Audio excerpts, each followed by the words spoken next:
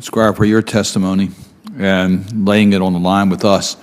The five of you have presented very powerful testimony. And there is general consensus among, not general, there is consensus among the five of you of what we need to do. It really does reinforce our initial thoughts. Our legislation that we filed that would open up competition.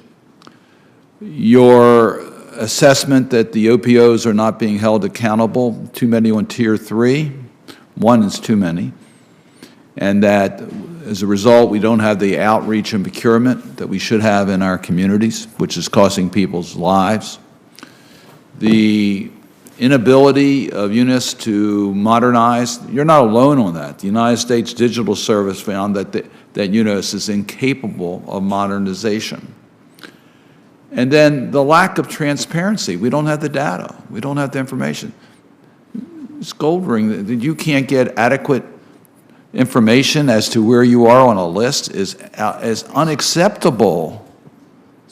The anxiety of that issue alone and the pain it causes you and how it affects your health is something that cannot be tolerated moving forward.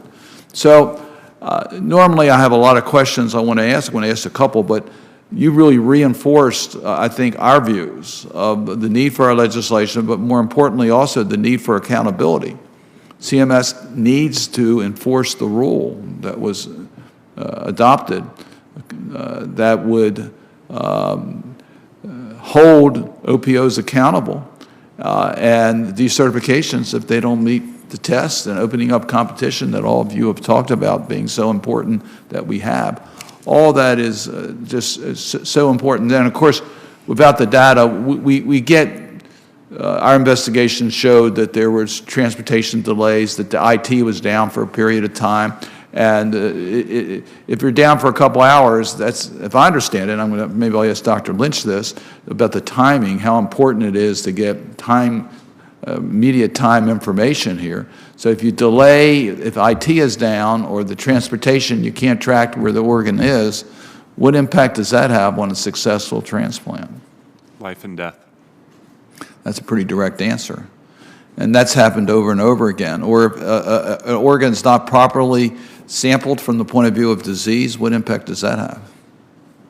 Potentially life and death, Senator. Yeah. And these are the mistakes that are routinely being made too often.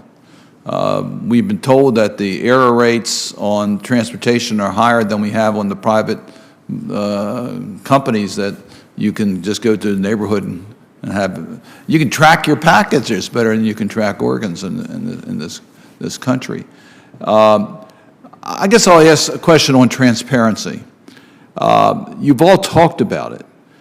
But that's an area that I find incredible, that you can't get the data and information about a lot of this because it's just not available. Is that what I'm hearing?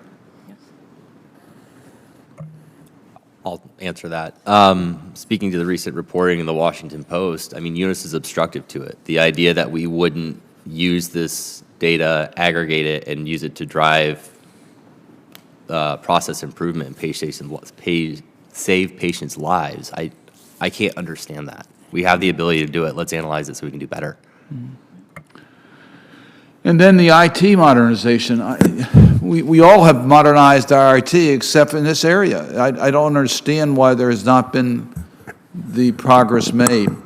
Mr. Wadsworth, you made specific recommendations, and we made notes about that, and all of you have. I can tell you that we will be working on a dual track, one, legislation, but two, also accountability and enforcement by HHS, which that's the reason why we had our roundtable discussion last week with HRSA and HHS, CMS, to make it clear that we expect enforcement. HRSA is responsible to make sure that we have accountability, and we don't have accountability in the current system. That is clear.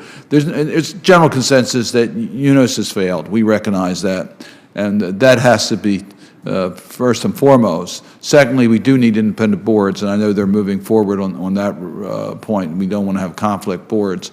Third, transparency. and fourth, competition, and then accountability for those that are not performing. Senator Young.